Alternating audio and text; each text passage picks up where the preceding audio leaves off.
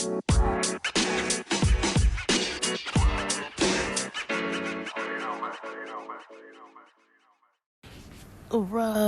welcome back to the podcast. Welcome back to Theory and Theology. I'm tired.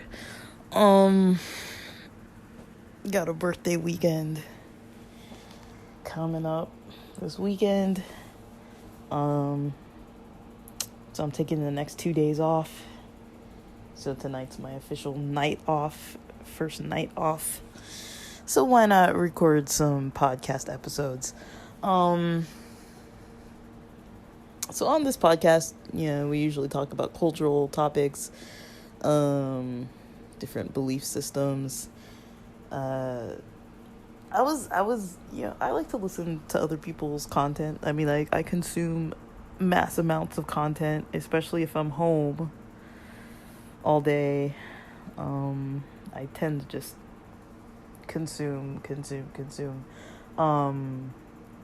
If I'm not interacting with other people, family or friends online, or like talking to other people or working, then I'm probably consuming content of some form, or doing some kind of meditation or exercising or listening to music or playing air guitar or something, like just chilling and doing creative stuff. But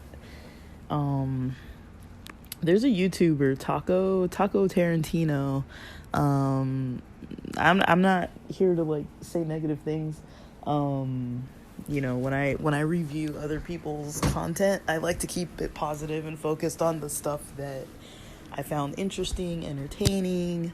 Now Taco, I don't know if Taco identifies as a lesbian female.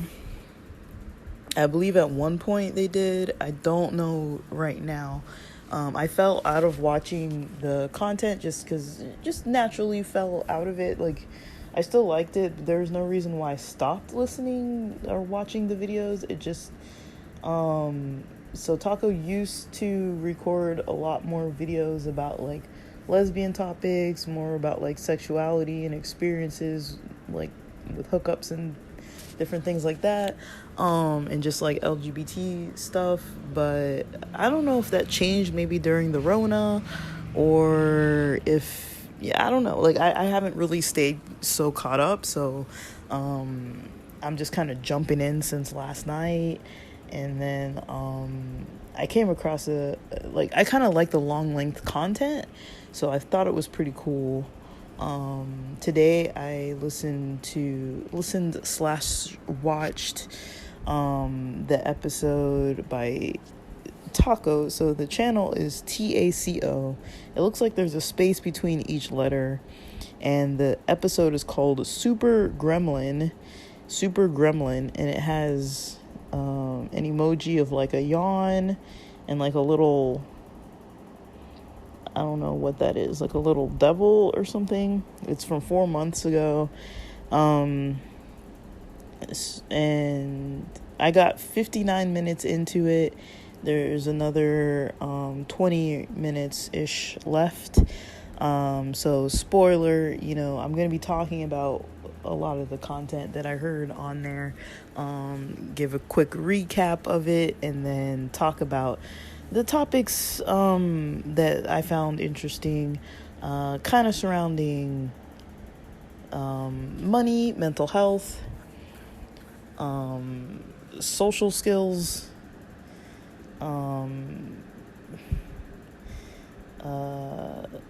personality disorders, finances, friendships, just relationships in general, social etiquette, all those kind of topics kind of would go into this video that Taco posted. So the story goes, and Taco does story times, and so this story goes that and maybe I have to say a disclaimer real quick too. Like, I'm not, anything that I mention in here isn't about anything that I am currently experiencing with anybody I know. Have I ever had friends that were kind of a little on the mooching end, or a little on the manipulative side, or a little bit on the, needy side, and like kind of using a little bit for money and stuff like that. Yeah, I have. Have I ever been broke myself? Yes. So, I'm not really here to really like be judging, but at the same time, it's like, we can recognize an obnoxious situation when we see one, but how to address it, it's like, it's such a like, there's like this sensitive boundary, right? And so I want to kind of bring some of those topics to light more so, just for people who might be dealing with someone like that, especially because nowadays money's tight. Now for my own personal beliefs and experiences, I don't mind paying for people for stuff if I have the money. Most of the friends that I have, I feel like they're very generous people. I'm a little tight with money. I'm kind of like, I'm not usually going to be overspending on stuff that's not a necessity. So when I go out and stuff, I prefer to have like meals, because it's like, well, I have to eat a meal anyways. Like something like ice cream is like, okay, I don't have to eat ice cream. It's not really a meal. It's not like a necessity. But the other day I did have gelato, but probably once a year, maybe twice a year tops, I'll eat something like that. But yeah, I try to have like meals, because it's like, at least I'm actually like eating real food. So I don't feel like it's such a waste. I'm kind of a bit of a tightwad. I'm kind of more like, I feel like I try to be more like, and it's kind of like a love language thing, I guess.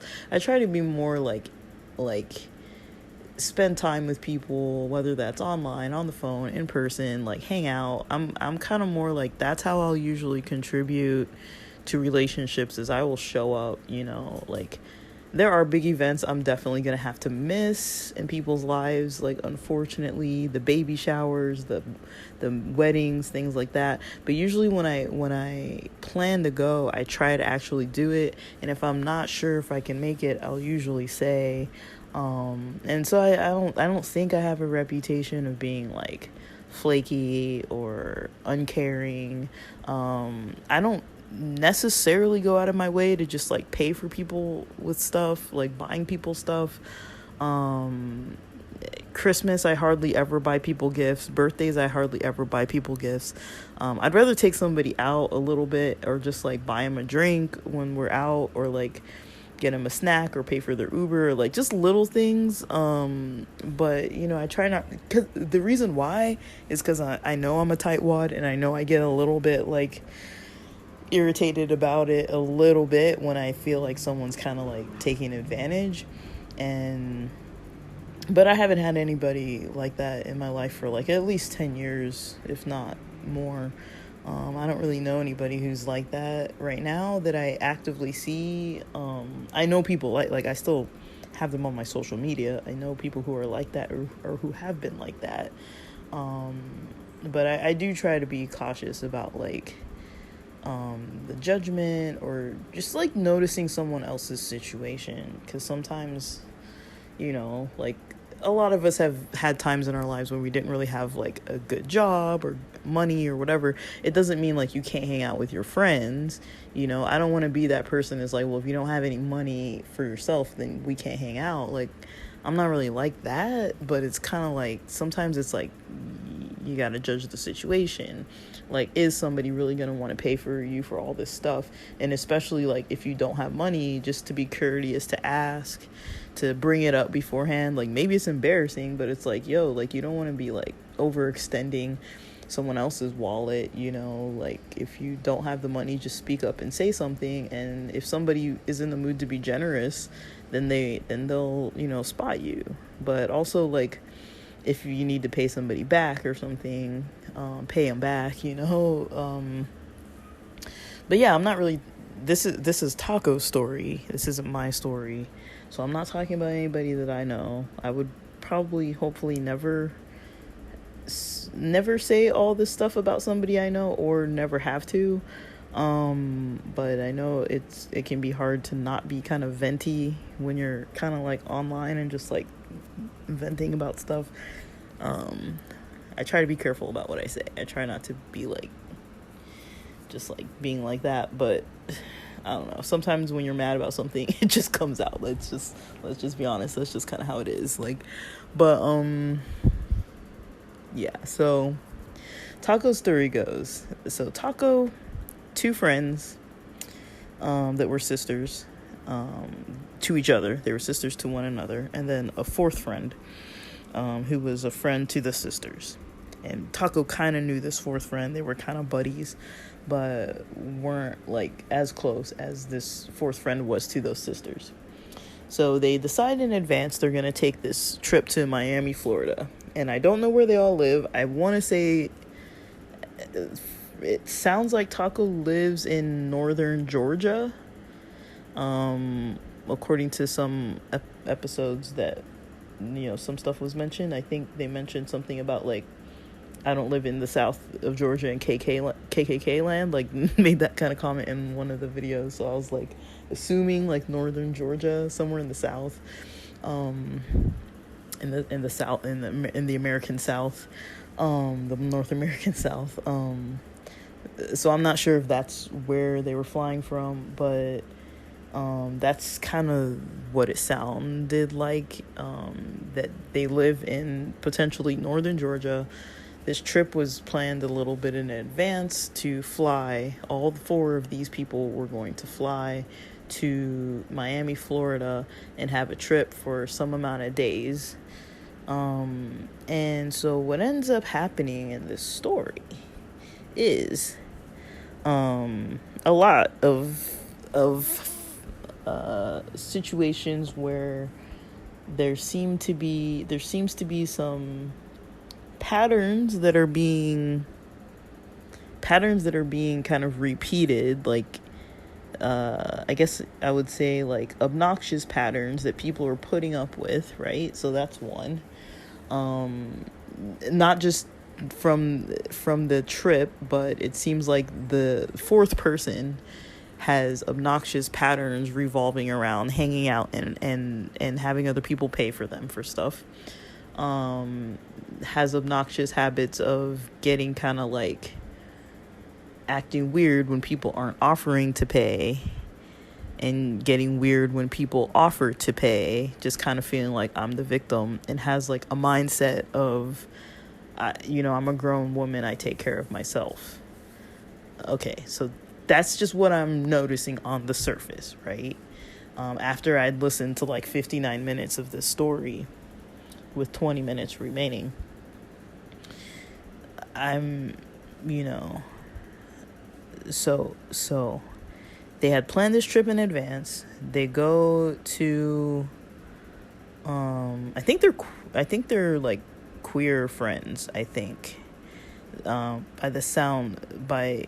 just, I don't know if they all are or what, I don't know, but just knowing Taco's content, that's kind of the vibe that I'm getting from, kind of maybe a little background situation of these friends that, the three of them were dressed in, I don't know what they were dressed in, like style-wise, but it sounds like they were all wearing sneakers, at least. And then the fourth person was wearing, like, stilettos.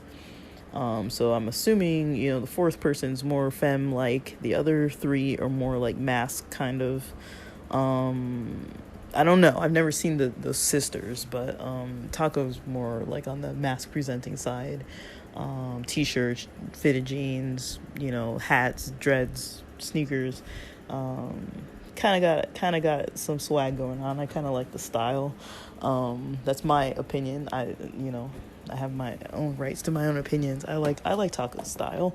And so yeah, so they get to the airport, and they're gonna take a flight to Miami, Florida.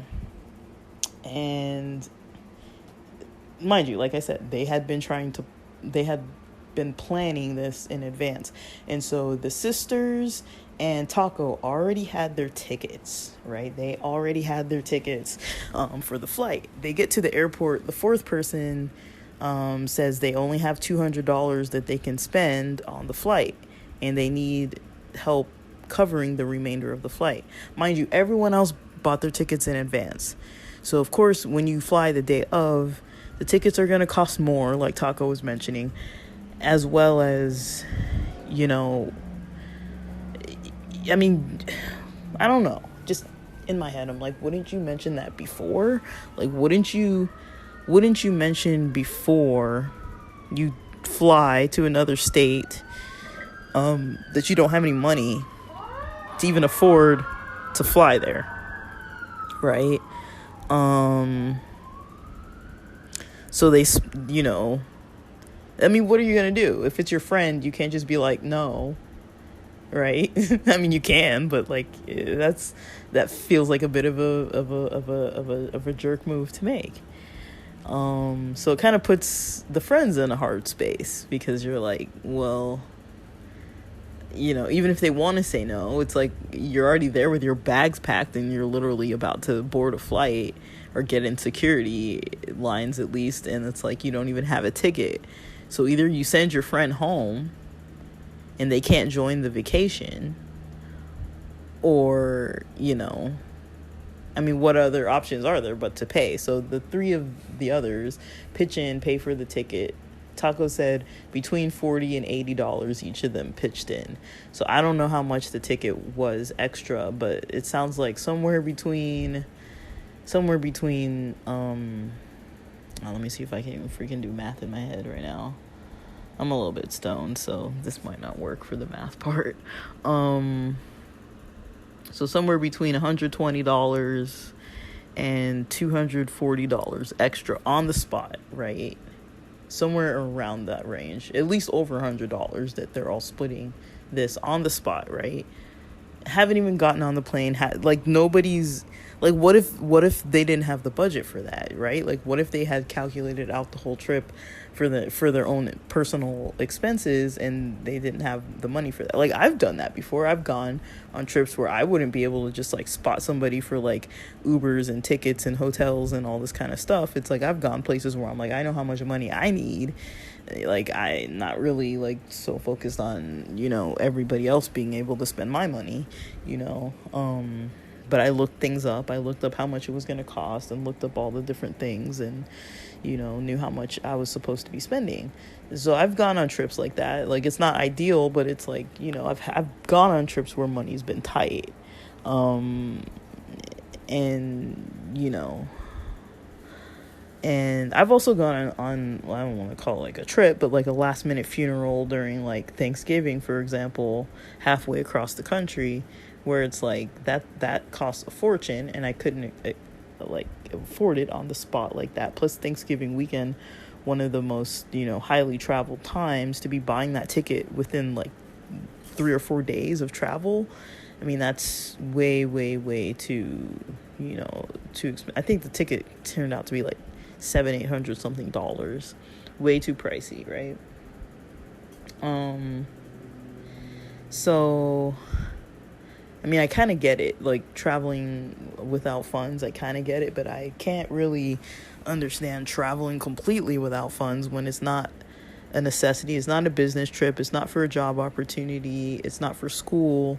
It's just for fun. Like, you know, I get it. Everyone doesn't want to miss out, but it's like, if you really can't afford it, you know, just like Taco mentioned, you know, maybe go, you know, pay your other bills and get yourself financially in a situation where you can afford to go on like a little bit of a luxury kind of a trip.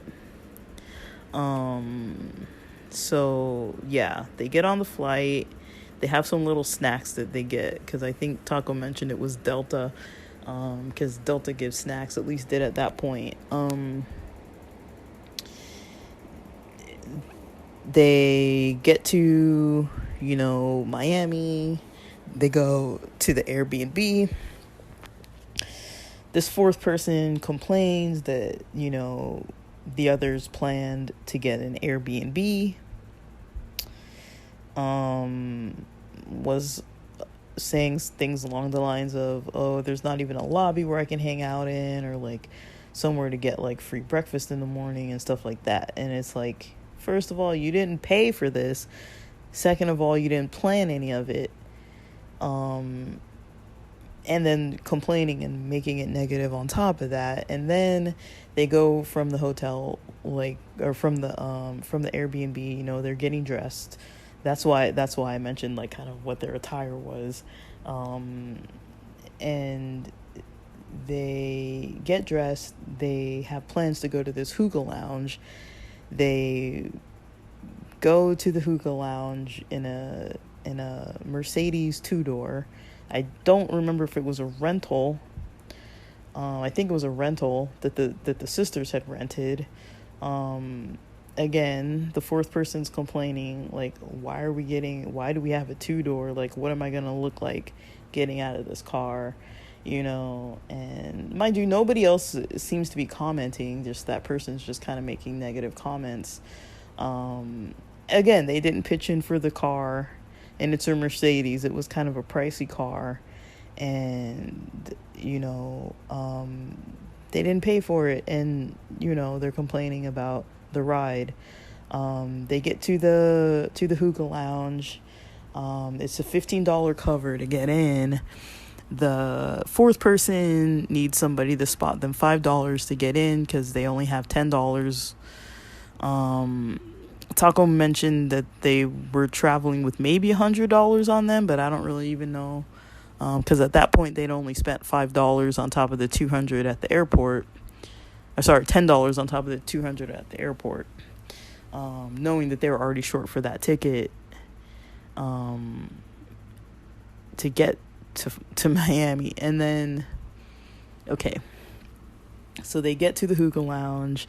The sisters order a hookah. Taco orders their own I don't know Taco's pronouns, their own hookah. And so the fourth person just orders water with lemon or something free. And Taco did give that fourth person a $5 to get in past the cover. And then the sisters buy a round of shots, so 4 shots of Hennessy, so pricey shots. And then Taco buys the next round of 4 Hennessy shots, or maybe other types of shots, I don't know what. And then the sisters and Taco order their own separate drinks, and they're still with their hookahs and everything. They notice that the fourth person starts getting a little upset, seeming a little like having their feelings hurt, that like nobody's like, you know, paying attention to them, or like, you know, ordering things for them, and kind of mentions, like, you know, when somebody brings it up, like, why do you look so upset? You don't look like you're having fun. Like, they weren't contributing to the conversation. They weren't dancing, weren't laughing, weren't like vibing with the music. They kind of were just like seeming like upset and just like sitting there. And so they were kind of like there. And you know, one of the sisters mentions like that she's always like that. Like, that fourth friend is always like that. And when they go out, meaning like their attitude with the negativity, and, you know, just like feeling like victimized by people not offering to pay for different stuff, because nobody, I guess her comment was like, nobody asked her what she wanted. And then Taco kind of mentioned like, hey, you know, you've been negative this whole time, and you haven't really had money to pay for anything, and you didn't mention that you wanted anything. So, you know, but I guess this person felt, I don't know if it's considered maybe entitlement, something along those lines. This person kind of felt, I don't need, you know, to pay. I don't need to pay because, well, I don't know if that's what they were thinking, but like they were thinking more along the lines of like, why isn't anybody paying for me? Like, why isn't anybody like asking me if I want something, or like offering to like get me something? Knowing fully well that if they offer, that means that they're the ones that have to pay for it, you know, not this fourth person. That other person didn't seem to be ready to pay for things. So it sounds like there was a little bit of a drama there. People were speaking up a little bit about it, but it seems like it kind of blew over. Next day comes around. They go out for breakfast. The sisters order 2 pitchers of mimosas, and Taco orders like a French toast meal or something, and then I don't know what the sisters order, and then the sisters are asking the fourth friend, do you want something to eat, and the friend's like, no, drinks are fine. And it's like, mind you, like Taco mentions, like the only food that this person had was the day before when they went on the plane, when there were like crackers or peanuts or whatever the heck it was. They didn't eat that night that they came in or at the hookah lounge, and they were drinking at the hookah lounge. Wake up, it's hot, because it's Miami, and the time of year where they're traveling, it was hot, and they hadn't eaten anything but just were gonna drink mimosas. So eventually they order a pancake and 3 turkey bacon strips. I don't know how big this meal is, but it sounds like that's not a big meal. Even if you do get one of those big full plate pancakes, that's not really a lot of food considering the alcohol consumption. And then so eating that, and then when they all go up to pay, they went up to the register to pay, and this fourth person jumps in front of the other 3, who were gonna, like, those 3 were gonna figure out who's gonna pay what. This fourth person jumps in front of the other 3 and starts saying to the cashier person, oh, like, can you take the pancake and turkey strips off of the bill, because it wasn't even that good, mind you, after they already ate this. And so yeah, there was more conversation about how that's rude, kind of, and then that's when that fourth person made the comment, like, I'm grown and I can take care of myself, right? Okay, so I stopped there because I was just like, wow. I mean, I'm excited to finish the rest of the story, but I stopped there because I was just like, my mind was just like, wow, there's so much going on here. Now, I don't know. It's funny that there's drama. I like stories.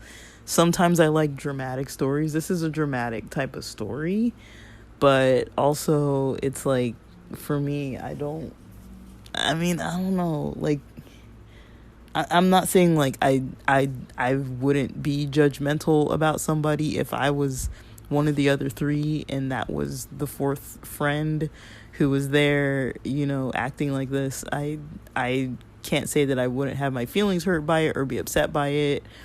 Just, I don't know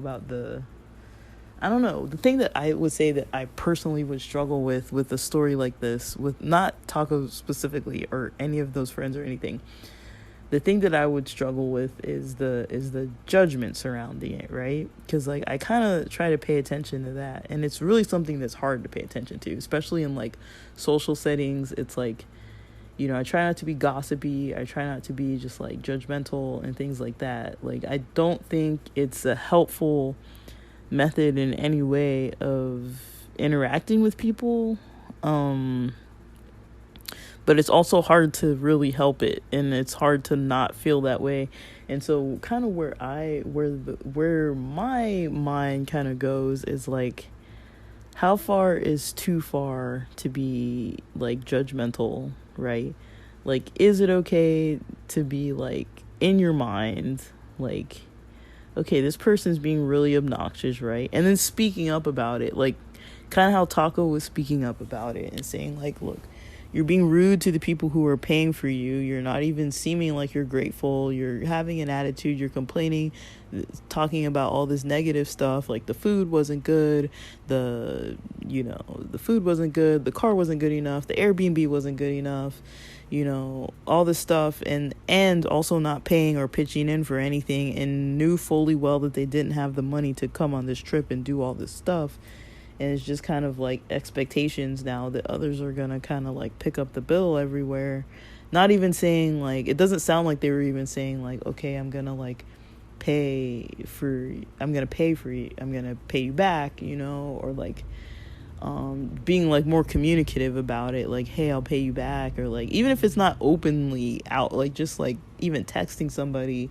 I mean, I don't really know this other person's circumstances. I don't know their friendship levels. I don't know the full situation. But in my mind, it's like, it's hard to not be judgmental when you see or hear about somebody doing something wrong. It's like, to me, this is wrong. Like, you don't treat your friends like that. Like, I mean, at least if you're not able to pay for stuff on a trip, at the very least, you have to say that before you get where you're going, before you put someone in an awkward position. I think it's just out of respect, and maybe you don't ever get, maybe it just slips your mind and you just don't think about it the whole time, and you're just like not communicating up front about like, I can't afford the cover for this place, I can't afford to pay for this, I can't afford to pay for that, and you are just saying it right on the spot. Okay, so even saying it right on the spot, I would think, at least be happy, grateful, say thank you, say please, not like playing like the victim of like, these people are being so irritating, so I'm gonna make the vibe really awkward by pouting and making people feel like they should have known to ask me to pay. I just feel like it's just weird for someone to have that mindset and do like actions that are so just like greedy and just like me, I'm gonna get what I want. And then for another person to not be able to speak up about it, I mean, that's where I don't really know where the line is, right? It's like, is the line, you can speak up about that stuff at any point in time, there's no problem with it. Like, I don't know what different people believe, I'm just asking, like, it's just question, food for thought, is the line, you can't speak up about it openly if you get your feelings hurt, and just mentioning how a person's behaviors are being obnoxious and rude towards other people in the group. Is that okay to mention in front of the group when everyone's fully aware of the situation? Is it okay? I don't know. I would feel like hopefully it's okay, but also maybe like there's a more private place to do it, but also it's kind of like, dude, like they're making it public too, so there's always this kind of like, do you stoop to the other person's level of like making things more complicated than they need to be? Like, how many times do you turn the other dang cheek? For me, I think it, like, yeah, I get pissed off if people are like taking advantage, especially when I notice it, and I'll let them do it, and I'll just be like, sometimes it is hard to be just like, yo, like, you need to like ease up, because a lot of us work hard for our money, and maybe you don't even like the work that you do. Like, I'm lucky that I have a work environment where it's like, I'm by myself, working from home comfortably, and at least I kind of can set my own schedule, my own tempo to things, and my supervisors, bosses, like, everybody's like chill enough that I'm not like getting my feelings hurt by them or whatever. Like, for a job that I'm not like 110% into, it's a decent trade-off.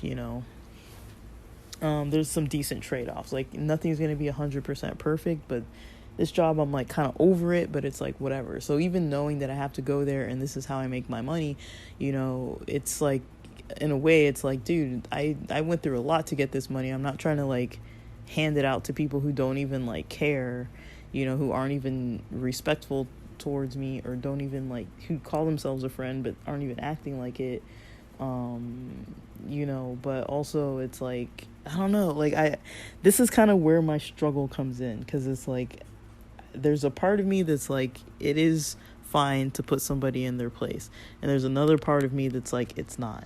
And I'm not like making judgment about Taco and Taco's friends and all that, but I'm just saying, like, everyone has their limits about it, and kind of where their mind is kind of like, oh yeah, this is okay, or oh no, that's not okay. Like, in my mind, it goes towards like, it's not inherently like wrong to tell somebody off, kind of. I don't think there's anything wrong with being direct. I do think there's something wrong with being abusive. So the way that somebody addresses something when they're upset or mad can kind of at times border on like abusive, if you're like not really handling yourself while you're trying to like express your anger. Like, there shouldn't be like hitting and pushing and slapping and all that kind of stuff, or yelling at somebody or like berating them and stuff like that. I mean, I do think the rule of thumb is kind of like, you can tell people how you feel about their actions, not necessarily like name calling and calling somebody like different names and like pointing out like character flaws and stuff like that. But I think you can tell people what it is about their behavior, how that is kind of affecting you personally. That's where I think, it's like okay, because at that point you're kind of talking about your own self. But still, it's like, I don't know. It's a tough one, right? Because it's like, of course your ego's gonna get involved in a situation like that. Like, I think about situations that I've had with people way back. I used to know somebody that was a homeless person.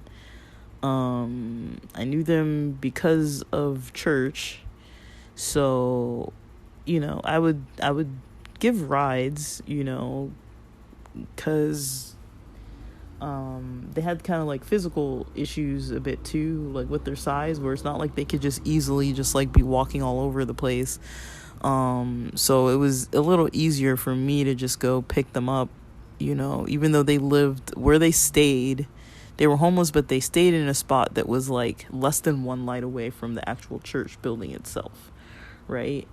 And so when I had initially been planning to pick them up, I would go pick them up, thinking, oh, I'm just going to drive a couple blocks and it's already on my way anyways.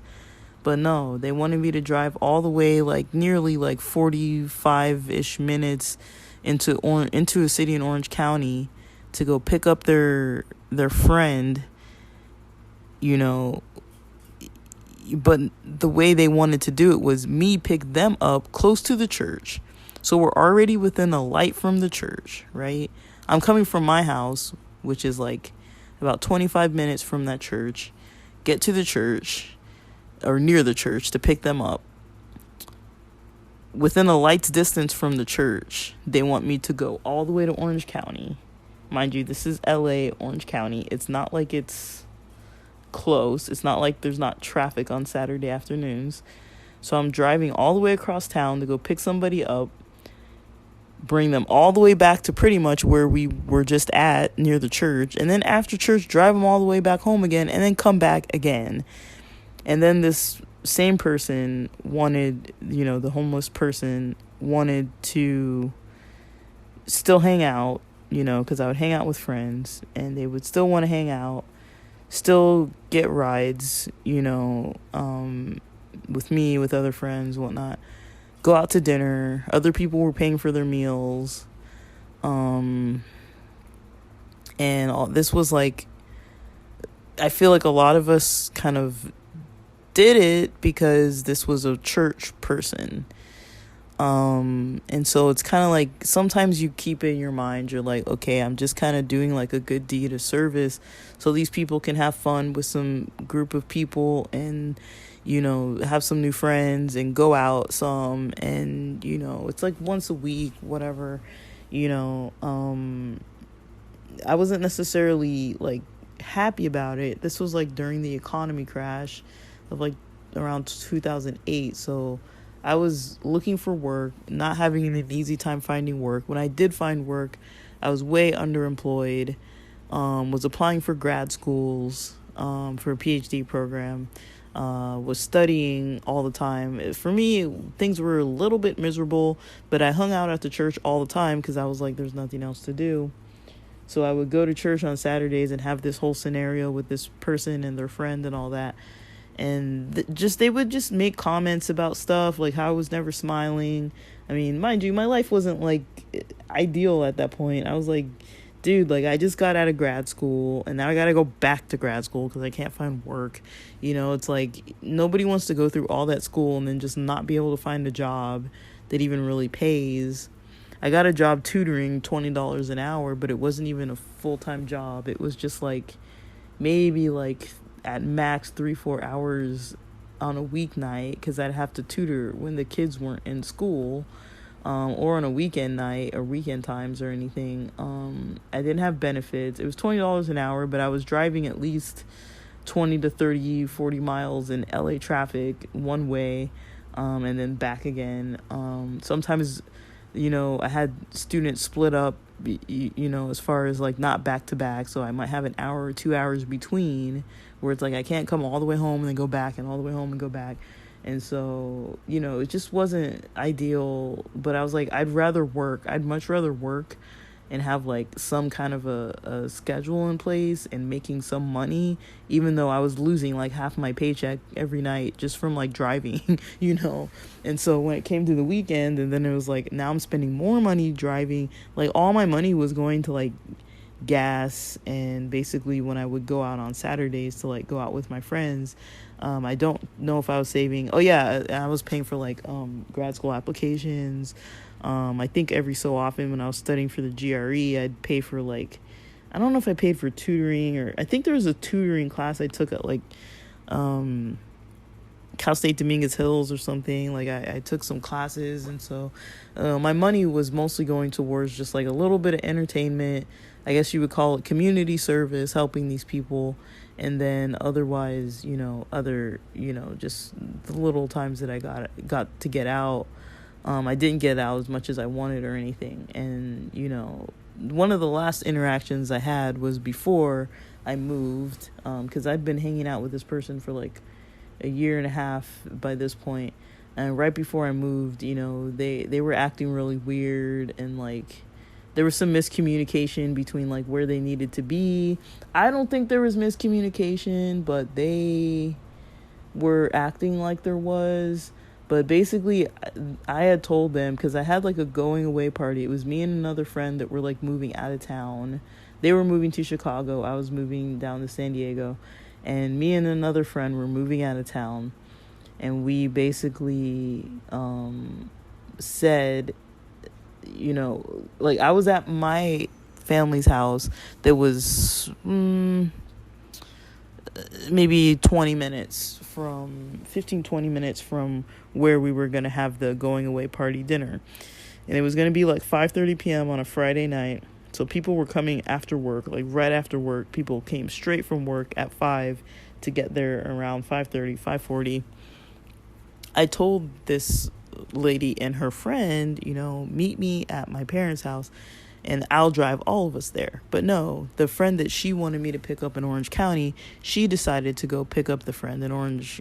She decided to have her friend in Orange County come pick her up in LA, take her back to Orange County. They were taking their time getting ready and dressed out in Orange County.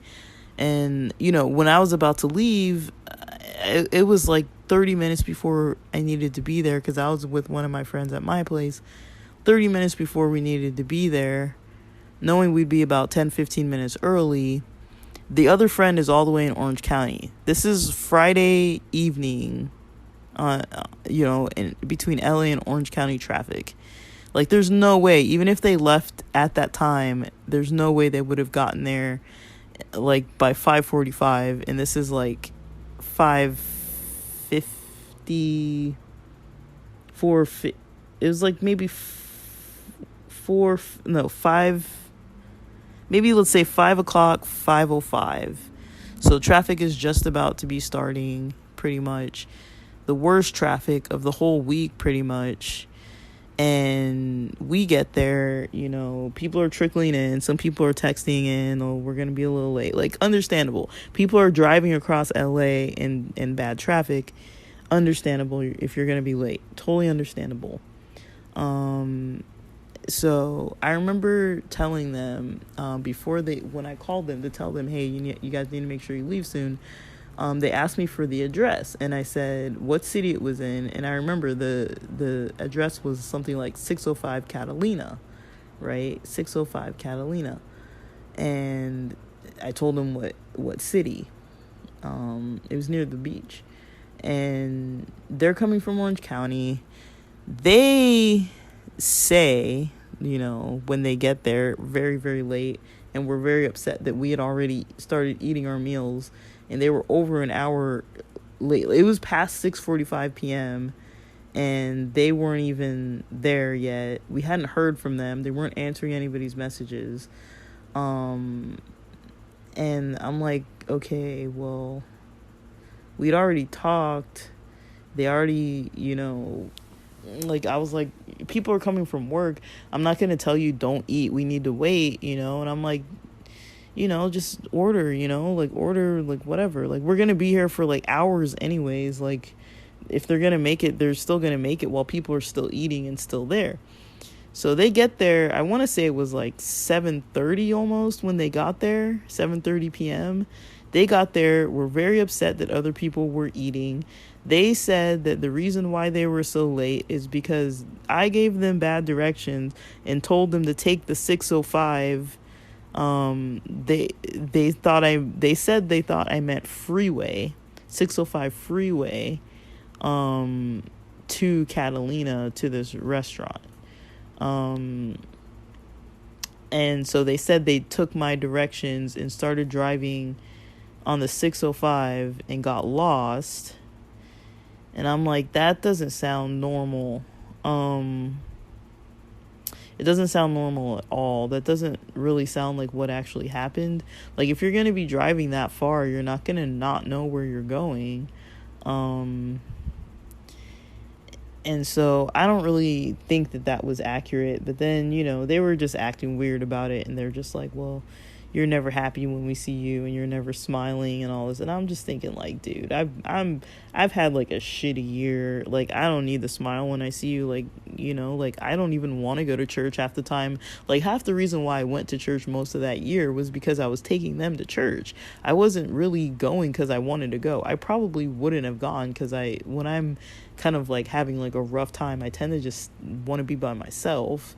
I don't want anybody else's energy around me, good or bad. I just want to be by myself, be in my own head, think about what I want to think about, and not really have to cater to other people, because I know I get moody, and nobody wants to be around that. But they were kind of insistent, and so we kind of just saw things differently, right?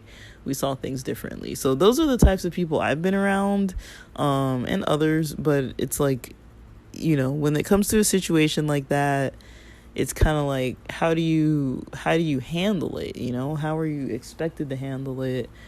I remember how I handled it after that situation with the going away party. I was pretty mad, and we were walking on the boardwalk somewhere, by the beach or something, and I don't know what city we were in, Hermosa or something, and we basically I started I guess one of the guys mentioned yeah, they were acting really rude and weird, what was going on, because even when we were leaving, the friend that had come to my house was like at one of their cars, because we were trying to like take pictures and say goodbye and everything, because this is the last time a lot of us were gonna see each other. And so they were like sitting in their car, and they're just like, I can't believe that you guys already started eating and we drove all the way over here. And like they were making it weird not being in the pictures, and whenever we were about to take group pictures, they were like stepping out of the picture. And like, we all bought food and we're eating, and they didn't want to pay for their food. And like, it was just this whole thing where I'm like, does it need to be like this dramatic? Like, I know you have your feelings hurt because you think I gave you the wrong directions, and you think that maybe we should have waited 2.5 hours after people were getting off work, which I disagree. I don't think that you need to wait 2.5 hours. We had like a table for like 15 people or something too. It was like a big table. So I was like, okay, they're just trying to cause a scene. And that was probably one of the last times I hung out with them. But yeah, I remember even when I would take them to like Bible studies on Mondays, and I would have to like it was in like Garden Grove or somewhere a little far. And I remember, because I had to take everybody home because they lived in like different places. And I remember specifically telling the lady who would host it, her family was so nice to host it every single Monday. And I was like, look, like I can't like afford to come. That's why I haven't been coming, because like I can't afford to be like coming over here, all the way from where I lived, and then picking up this person over here and picking up that person, and then driving them home, and then driving them home, then driving me home. It's like, that's a lot of money. So she told me if I could get there one way, she would give me $20. And so I got $20. And mind you, I've been driving these people around over a year. They see her hand me $20, and I kind of just like it was quick. She was like, here, she just like whispers kind of in my ear, like, oh, here's for gas. I'm like, oh, thanks. She's like, yeah, I got you. And then like I put it in my pocket, and they like were overhearing that, and they're like, oh, we didn't know that like if you needed money for gas, you should have said something. And I'm kind of like, no, I shouldn't have to say something. Like, I've been driving you around for like months, and like, yeah, they weren't working at one point, but then there was a point where they were working. And I'm like, I know you're saving for your own things, like I get it. You're trying to get yourself like out of like a hole and stuff, but also it's like, I don't think I should, I don't know, like maybe I'm wrong in that, but I don't think, when it comes to those situations, I don't think it's on the end of the person who has money to have to offer their money to people if they don't want to. Is it nice to do? Yes. Is it helpful? Yes. Is it generous? Yes. Is it probably a good deed? I think it probably is. But if you're gonna be bitter, it's like, well, don't give, right? That's kind of how I see. If I'm gonna be a little irritated by this, then don't give. So I feel like on my end, the mistake in the first place was that I already was taking on too much. I should have just not done it, honestly. I should have just not hung out with those people, because they kind of like drove me up the wall a little bit. I should have just avoided them and not hung out with them, and said, look, I can't afford to be driving you guys around. I should have taken it maybe to a pastor or some other, like I was like it was a social church. Like, people weren't like, the hierarchy wasn't like that, unapproachable. Like, everyone who was in charge, like, we would go out and go bowling and stuff. Like, I wasn't one of the people in charge, but like everyone who was like in charge would still hang out with us, other people, and just see if we want to be involved or whatever. But yeah, that has always been like a difficult thing for me, when it comes to this topic of like money, friendship, mooching, people paying for other people's stuff, generosity. Like, I feel like I have friends now who, if they needed something, I would be as generous as I possibly could be financially towards them, because there's been no indication whatsoever that they've ever, it's just like, that's just how it is. They would probably do that for me. I would do that for them. We've had situations where people pay for a whole lot of stuff and nobody's asking anything in return. It's very generous. It's very nice. But I would hope that if people wanted others to pay, that they would like say something. But also, I usually feel like if somebody pays for me for something, I'll at least offer to pay. And it's kind of one of those things that's like, maybe you don't want to pay. Like, nobody wants to spend their money on certain stuff. I think a lot of us would rather not have to spend our money. But sometimes it's nice. It feels good to do like nice things for people. But also it's kind of like, it's hard to know. I think it's hard. There's kind of like this fine line. Like, it's hard to know if you are in the behavior of being a mooch, if the other party is maybe not too forward in saying that they actually want you to give them money, right? Because some people take like a passive, like, oh, no, don't give me money, it's okay. But then what they mean is definitely, you better give me my money back, but that's not what they say. So it's hard to know if it's like somebody saying something to try to like sound nice, but they don't really mean it, or if they're really being generous. And is it okay to let people be generous?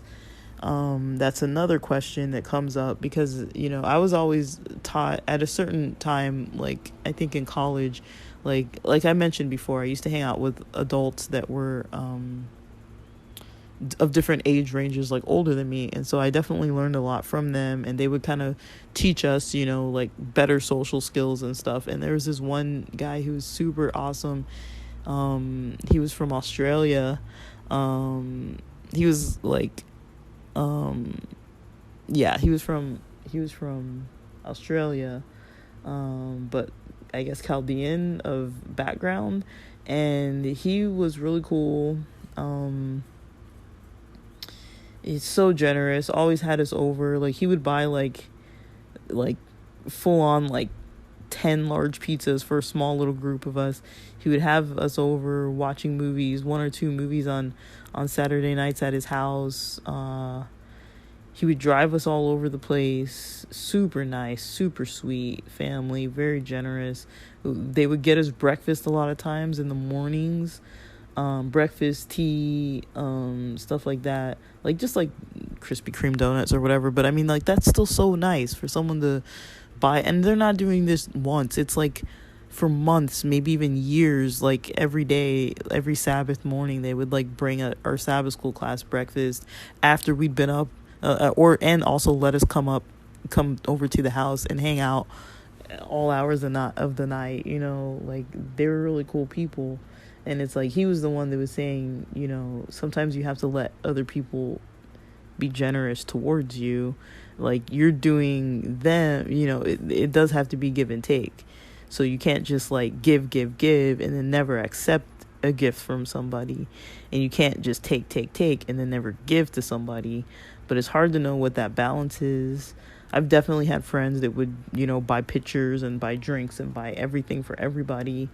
When we would go out, and it's like, maybe that's their love language, maybe they love it, and people would be like, no, don't pay, like, it's okay, and then they would really want to pay. So I think sometimes it's okay, and then other times it's like, okay, like, how come whenever we go out you're paying for everything?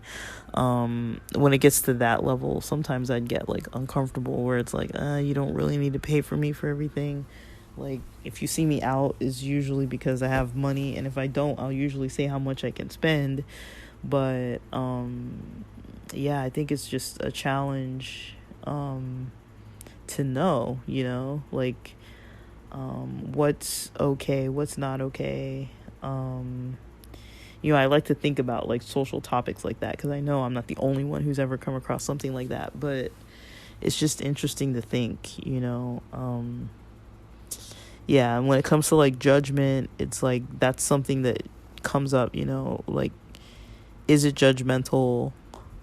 Is it judgmental to, tell that person, that you don't like when they do that? Or is it wrong to not be generous and not pay for them when you know that you will be bitter about it, or like irritated about it, and not want to do it, but do it anyways. Like, are you supposed to do it anyways? Or are you supposed to just like leave it? Is it okay to even like talk about those situations, like the one that I mentioned? It's kind of like, okay, like you're kind of talking about somebody's money and all their like status and everything. I mean, those people are fine now. They've got their house, they've got good jobs, they're doing really, really, really well. But you know, I was frustrated with it for a really long time. It left an impression on me because I was like, man, like I've never had anybody like confront me like that where I was just like, whoa.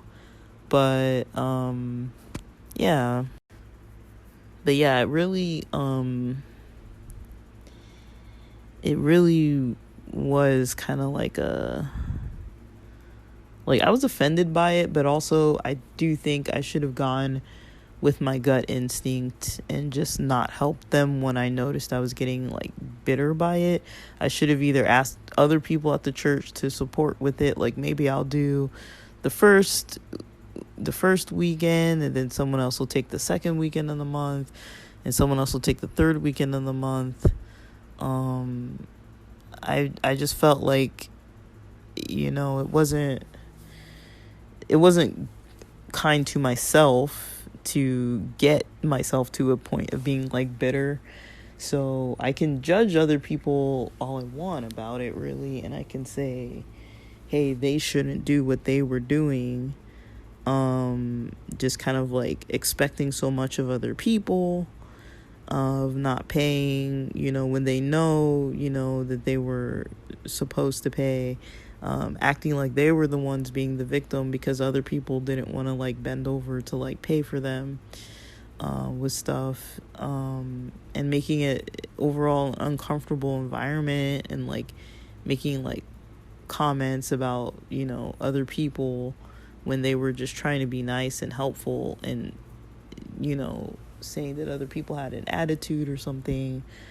I mean, I think, you know, I do think it's okay to just say, no, I'm not going to help with this.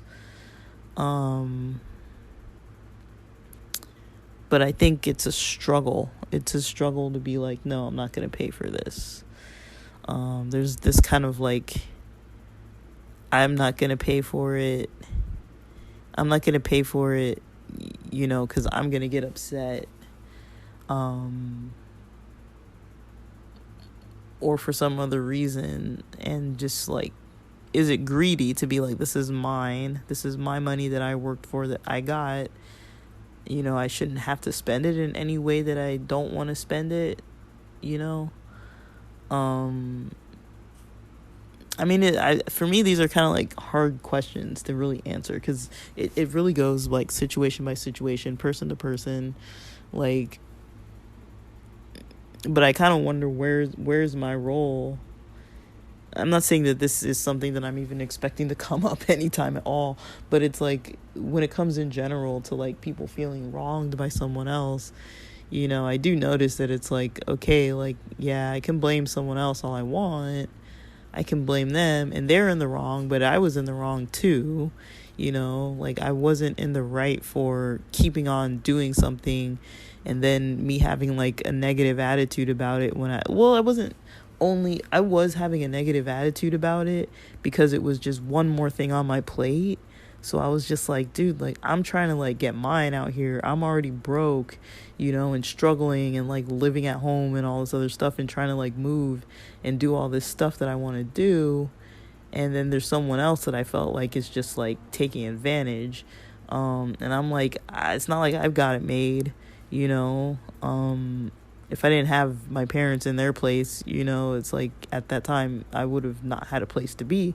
I probably would have been homeless too, you know. So it's like I wouldn't have had any money or anywhere to go. Like I was working a lot, but like I mentioned, it was like really not an ideal job. It was just like, it was usually between 3 and maybe 8:30 p.m. at the latest on weekdays.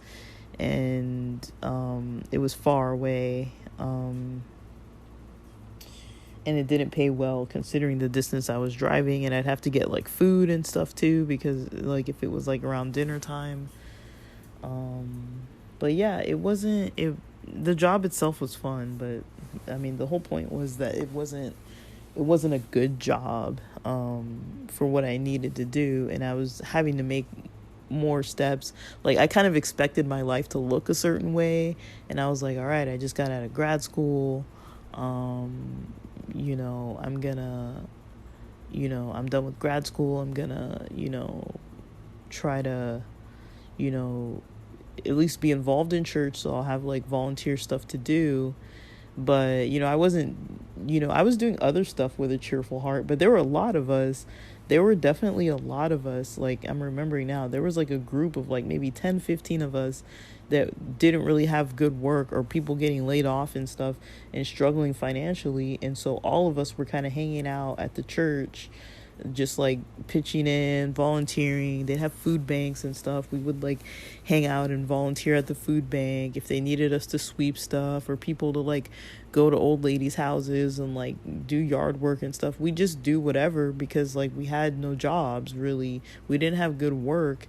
We weren't working 40-hour work weeks, and we would kind of meet. We'd have like these prayer meetings and stuff, and like, but yeah, I mean, my life wasn't necessarily fun, but I think a lot of that sustained me for sure. But I do think, I did have my limits, and I definitely learned a lot about myself. Like it's like, I mean, I care about homeless people. I cared about these people too, but I didn't like to see them taking advantage of me, taking advantage of my friends or the people that were at the church, and they were kind of lying and manipulating about all kinds of situations and stuff. I had the least of the problems with them, just driving them around and them causing a little bit of like dramatic situation once, when everyone kind of knew what was going on too. It's not like everyone was like, how dare you give them wrong directions, and how dare we ate earlier than when they got there. Like everyone was kind of like, okay, like you guys are like blowing this out of proportion kind of thing. But I mean, that was kind of on them if they didn't really see it as like a as like a as something nice. But also they did comment that, I was always kind of in a grumpy mood, and that was true. Like I definitely was in a pretty grumpy mood, and I wasn't like smiling when I was around them or joking around when they were in the car with me and stuff. Like I don't feel like I was mean to them or mad towards them, but I guess they did pick up on the energy, and I'm not usually like that with people, so I must have been actually like way more mad than I was kind of letting on, because they picked up on it. And I do remember kind of feeling like tense when I was around them.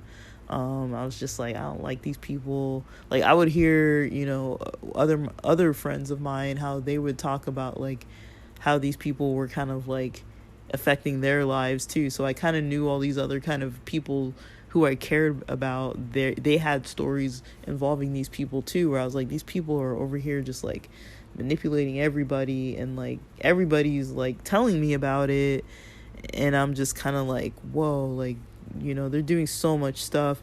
So maybe that was getting to me as well, but it's like they were lying to so many people and doing so much weird stuff that it was just not okay. But I mean, also it's like, I don't know, like when it comes down to it, like I've never had no home. I've never had no job and no home, and having my whole family in a place, where we couldn't support ourselves all at the same time. If I was in that situation, I don't really think I would be in my right mind. And I do think I was wrong for not being like in a cheerful space when I was trying to like help somebody.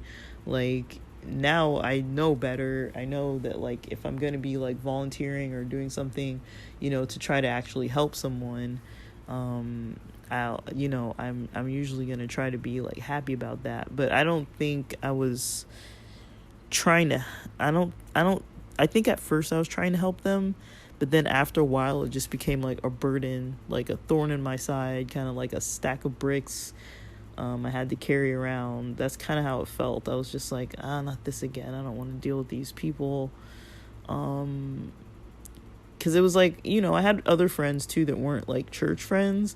And so sometimes I would want to like go out with my other friends, and I'd be like, dude, but I gotta like take them home and like make sure they have a ride. And like I'm not really even trying to make excuses. I'm just saying, like, it was just really eye-opening experience overall, that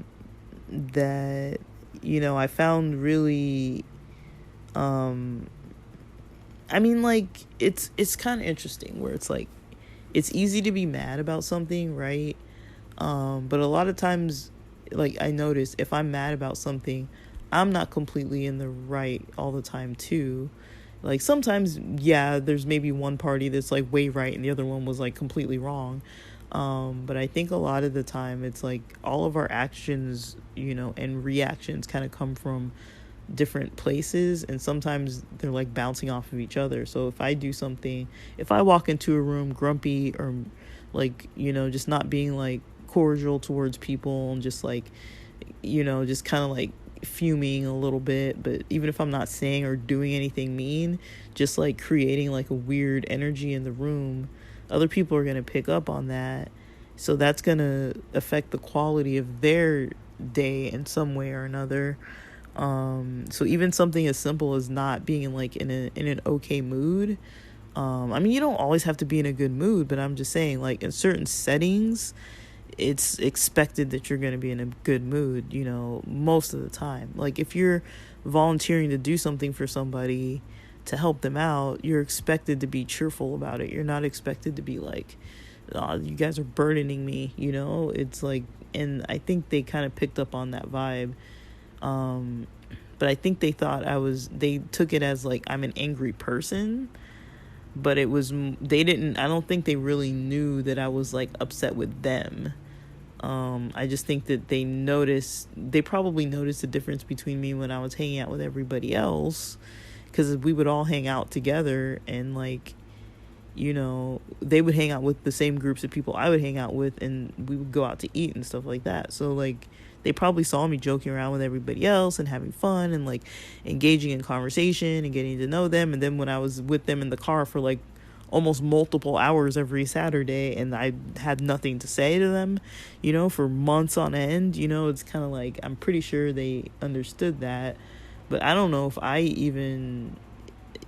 was even like honest with myself that I was like mad, because I was kind of more like, like, I'm not sure if I was really honest with myself about it. I was kind of more like blaming them. I was more like, they're in the wrong for the way that they're like expecting me to drive them all over the place, not paying for gas, kind of like getting in my way a little bit, and like lying about stuff about like they were manipulative. They really were. Like, it wasn't a good situation, but also they weren't in a good situation.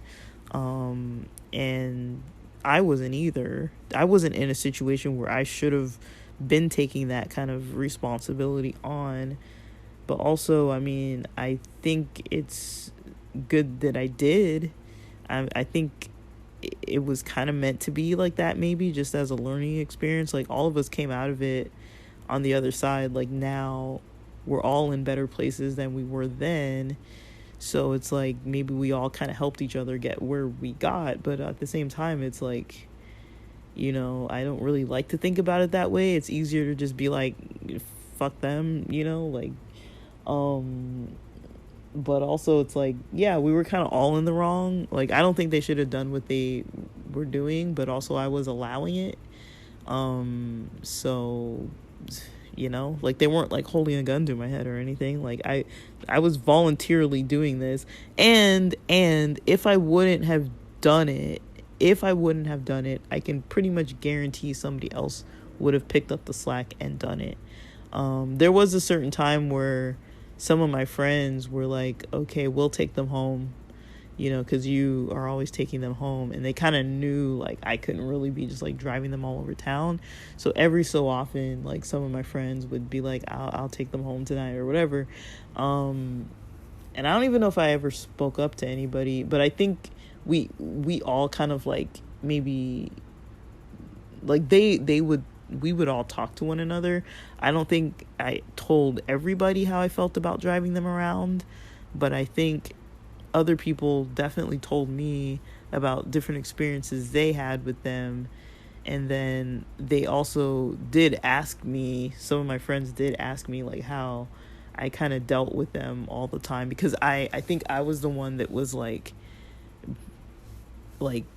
around them a lot more for like longer periods of time because of the long drives, because we're in LA and going between LA and Orange County, so there was always traffic.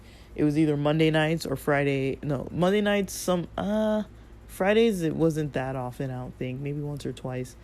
Monday nights and Saturday afternoons and Saturday nights. But yeah, I don't think it's okay to be a not cheerful giver. When I think of it, especially like I think it's one thing when you're like anonymously giving money, to like a charity, or like even giving it with your name, but then like paying online or something where nobody sees your interaction. But I don't think it's okay to interact with people, homeless people, and be like irritated necessarily. But I'm a human. I have my own emotions too. I get upset and angry about things too, and I take on too much for sure. I don't think at that time in my life I would have spoken up about not being able to do something for the church. I don't think I really knew my limits yet. Like I think I've mentioned before too how I like screwed up a praise team, because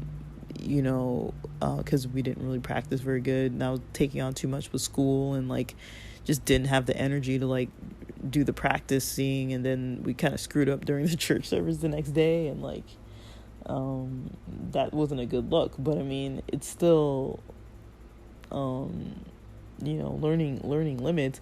But then people were also putting me in, not like forcibly, like they weren't putting me like I wasn't volunteering, but people were putting me in front of situations that I thought I could take on. Like I didn't know that I couldn't. But there were, situations they were putting me in, or opportunities they were offering me where, because I was so consistent, I think, like I was reliable, I would show up relatively on time, and I was, pretty involved and committed with church, and knew pretty much everybody there at one point in time, because I was socializing with everybody pretty much. And I was friendly with everybody. I didn't really like discriminate based on who I did or didn't hang out with. I would just hang out with just whoever the heck, like I didn't really care. My age, not my age, like whatever, like I didn't really care. So it was, maybe that was the reason why people were kind of like, okay, like, give you like this, ask you if you can drive them, or like, connect you to somebody who you can drive around a lot, or take charge of like the collegiate praise team, or some other stuff where it's just like, I was grateful to have those opportunities. They were good, kind of maybe leadership, young leadership roles and volunteer roles and things like that. But yeah, I think I was still learning a lot too. I was like in my 20s pretty much. So I still had a lot to learn about the world for sure. And I think even during that time, I'd only had, no, that's not true. Because I think I started being involved with more non-Adventist people when I was like in high school, like my senior year of high school, then community college, university, grad school, and all those other, that type of schooling was all like public schools and non-religious. And then I was still involved in like sports up until grad school, my first year of grad school. I was involved in like church up until pretty much my first year after when I was in a doctorate program, that one that didn't work out. The first year after that, I was pretty regular at church. And the first, so let me see. Yeah, the first year. I would still hang out at church, still go out, with church friends. So I was still like pretty involved for a long time. So I was, getting roles at the church, and having been around the same church since I was like 5 years old, and then this other church that kind of started when I was like in maybe my second year of college or so. The church that started during that time, so it was like 2005, around 2005, this other church started, and I started going to that one, helping out with that one. I was, with the people on the board who were deciding how we were gonna like arrange, and like, it's not like I had like a lot of like input, but we all just had little roles. And because I knew a lot of the people, like, it kind of helped to kind of just invite people, because it's just like, dude, like, we're all going anyways. Like, I would always just like get the whole crew together, like everybody, like let's all go. But yeah, it's kind of hard to know what to do in these kind of situations, and like on the spot. We all kind of learn as we go. We all kind of have our own beliefs in how to like deal with this kind of stuff. But I just find it interesting. Like, I like other people's stories, but it can be a little challenging to know like where to start a story that has some of my own business in it. I don't mind telling my own business about stuff, but when it comes to other people's business, it's like I don't really want to be like all like on the internet with all that, with other people's lives. But I mean, it's kind of like, I think when it's like a situation like that, it's more so just like you can see how I could be angry about something like that, but then take it, for years thinking like, oh, I'm just angry with these people, and there was no, like, it's almost like I'm not the victim in this story. I can't act like I'm completely like the victim in the story that I told about the homeless people with the church. I can't completely act like I'm a victim, because there were people around me who would have willingly taken on the slack that I didn't take on. It's not like I would have been leaving them hanging and been like, okay, sorry, I can't drive you guys around anymore. Or just even not even told them and just asked somebody else to be able to do it. I really just don't think I would have said that. Like, I think I would have just kept being mad.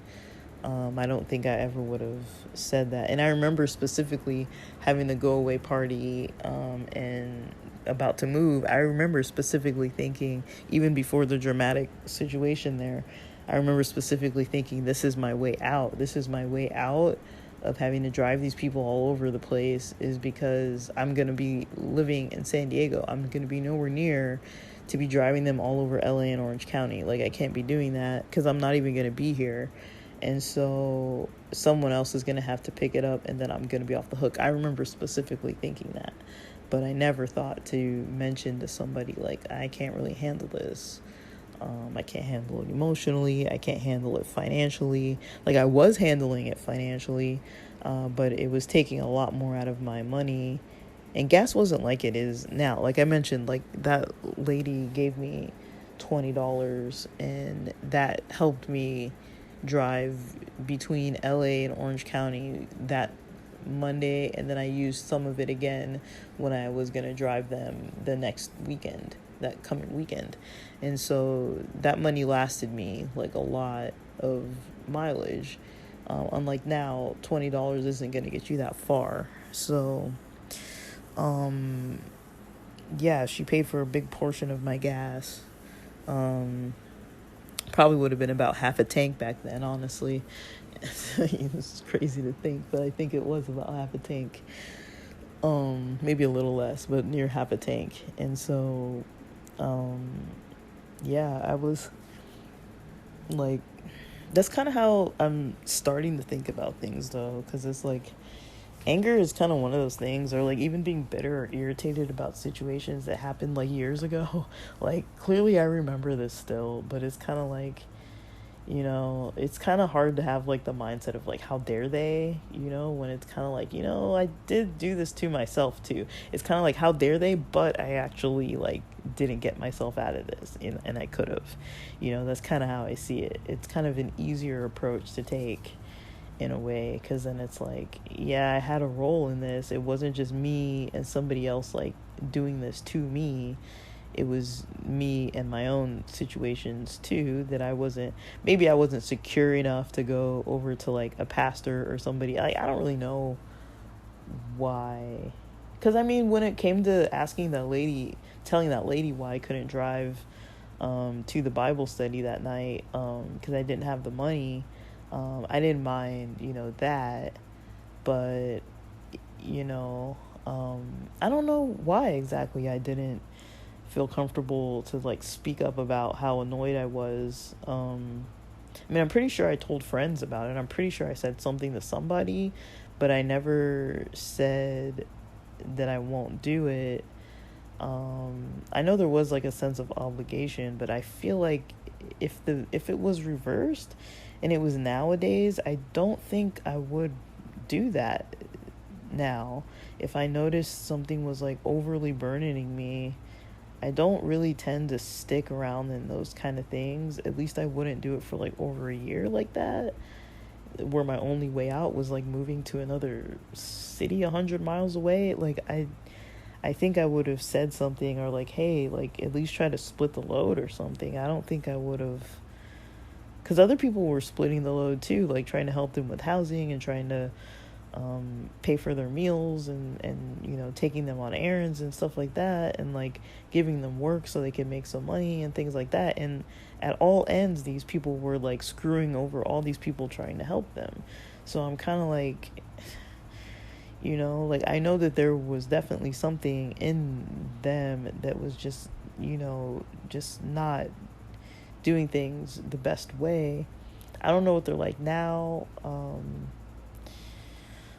but and I don't even know if they think back and think about all the stuff that they did, because they were really causing a lot of drama for people. Like, it, they did a lot of weird stuff that I don't know what was up with all that, but people kind of stuck by them, and they did get on their feet. And I just don't know. I don't know exactly what to say about that. And then there's also I don't know, like it's there was a lot of just difficulty, but I mean, that's the kind of stuff that just comes up with just socializing with all kinds of people. I think everyone kind of has like their easiest preference of type of person to hang around, and then it kind of goes back to the very beginning when I was saying, like, it is hard to make friends with people who don't, like, you're not using them for their money, but it's like, if they don't have any money, that does create this awkward kind of situation. And I wonder about if that's, like, I think about it, right? It's not that that all my money goes to like a responsible place. I pay for stupid shit. I'll buy like a series of something on YouTube that I don't even need to watch, or like don't even need to see. Like, I'll purchase a series of a show or whatever, that I could even like get like some bootleg stream like off online for free, but I just don't want to take the time to click off the ad, so I'll go buy it, something like that, where I'm just like, is that okay? When I could have used that money for charity, or I could have used this to actually like help somebody. But it's kind of like a weird thing to try to think about, because it's like it could go so many different directions. I don't know if there's really a right or a wrong. But I really like topics like that are just kind of like, there's a lot of complexity to it, because it's like, money can become a really emotional thing for some reason. And sometimes you're in the giving spirit, you want to give, and then other times you want to keep, and you just don't want to spend on other people, or you want to live in luxury, or a little more luxury, and not like give away so much of your money that you are kind of like struggling, and it's hard. We pay taxes, people who pay tithe, they tithe their money. They give to the church and whatnot. I don't know if I like what I think about giving to the church. I don't know what I think about a lot of these topics, like I know what I've been taught. I know what I see around me and how people usually react, but I don't really know, like, when it comes down to it. I know kind of how I feel about it, and I do get like uncomfortable with certain things. Like, I do get uncomfortable with like the whole like put this person in their place kind of mentality. Like, it's hard for me to do. I'm not saying I never have, but it's hard for me to like actually do that. It's kind of against my nature a little bit, even though I do have it in me and I have done it before. It's not something that's like a proud moment, but I do have a problem with that. And also just like in general, just like anything that's kind of like not giving more. Like, I don't think it's okay to get like walked on, but I do think it's good to be generous. You don't have to be like overextendingly generous all the time, like, I don't think, I don't know, maybe you do. I could be wrong about that, but I don't know, like, if you live in a place like LA or San Diego, or a lot of places in the world nowadays, definitely, when you go around and you see people just kind of like on the street and they're like needing money, asking for money, and do you give the money to every single person who asks? Do you give them just the coins in the pocket? Do you pick one person and give them a $20 bill? Do you pick 3 people, every person you come across, to give them a $20? Do you give them $5? Like, what do you give them? What do you give? Do you give? Is it okay? I mean, people say, oh, they're gonna go spend it on drugs. Like, I mean, I spend my own money on drugs, so like, what do I care? But I mean, like, not all of it, honestly. Obviously, I don't spend all my money on drugs, but I'll have weed, I'll have alcohol. It's not free, it can be cheaper. Some stuff is cheaper than others, but it's like, it's not free. Like, I pay for this, and yeah, it's drugs. Like, I'm not like maybe abusing them to a point, but it's like, just because someone's abusing drugs too doesn't necessarily mean that's why they're homeless. And just because someone's homeless doesn't mean that they're even using substances or abusing them at all. Usually people are using substances to kind of mask other stuff if it's not for recreational reasons. And usually if there's a treatment option out there, a lot of times, not always. I've seen with pain conditions, it's super, super, super tricky. But a lot of times there's something out there that can help with the pain. I think PTSD and physical pain management seem to be 2 of the areas that are hardest to get help for, as far as like being connected directly to treatment, and then like dental and stuff like that. But I mean, like, yeah, there's a lot of difficulty with the healthcare system out here, but it is technically all difficult, but yeah, some are kind of more difficult. But so yeah, just a lot of questions. I like questions. I like questions that come up about stuff, but think that's all I'm really gonna really try to say for now, and thanks for listening.